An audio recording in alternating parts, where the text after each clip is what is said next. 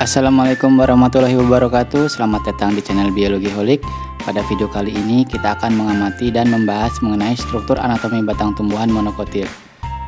Tumbuhan monokotil yang kita gunakan sebagai model yaitu jagung yang memiliki nama ilmiah Zymais. Sebagai informasi, Biologi Holik sebelumnya juga sudah membahas mengenai struktur anatomi akar jagung.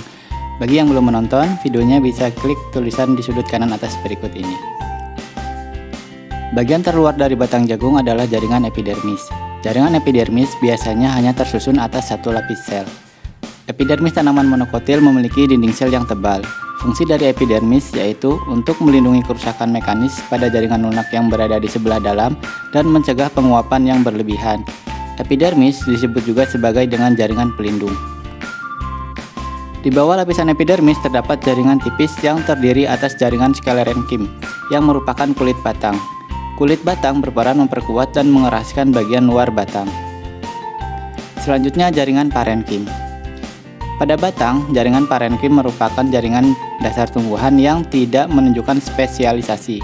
Ciri-cirinya berukuran besar dan tipis, banyak vakuola, ruang antalsel rapat, dan bersifat embrional. Fungsinya yaitu sebagai jaringan dasar atau pengisi organ tumbuhan. Yang berada di dalam lingkaran merupakan berkas pembuluh atau berkas vaskuler, berisi xilem dan floem. Pada tumbuhan monokotil, berkas vaskuler tersebar di seluruh jaringan dasar. Xilem berfungsi untuk mengangkut zat hara, yaitu air dan mineral ke daun, sedangkan floem berfungsi untuk mendistribusikan hasil proses fotosintesis ke seluruh tubuh tanaman. Simak terus videonya ya, nanti kita akan membahas dan mengamati struktur berkas pembuluh dengan lebih detail pada berbesaran yang lebih tinggi. Sekarang kita akan mengamati struktur berkas pembuluh dengan lebih detail. Bagian-bagian berkas pembuluh adalah sebagai berikut.